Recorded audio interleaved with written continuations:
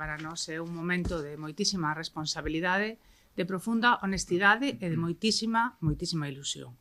En primer lugar, quero darlle as gracias ao presidente local, a Ramón Carballo, por todo o seu traballo e o apoio en todos estes días e sempre.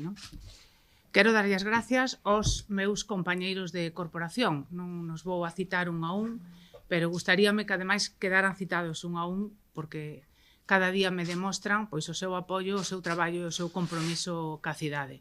E tamén quero darlle as gracias a María pola súa decisión valiente, honesta, en donde non hai nin compradores nin vendidos.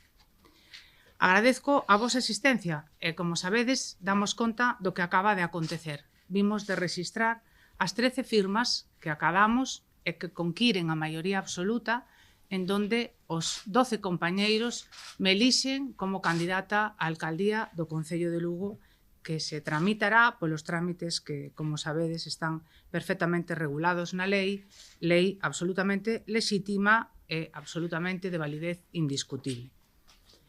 Por que tomamos esta decisión? É unha decisión fundamentada en eivas importantes, que nos últimos tempos se viron moi agravadas pola debilidade e a fragilidade dun goberno que non conta coa maioría do pleno. Pero tamén foi perdendo ese apoio social. Perdeu forza dentro e fora do Concello. A debilidade dun goberno non pode implicar a debilidade dun concello tan importante como é a capital da provincia, como é o noso concello, o Concello de Lugo. Un goberno á deriva non pode arrastrar a deriva a toda a veciñanza.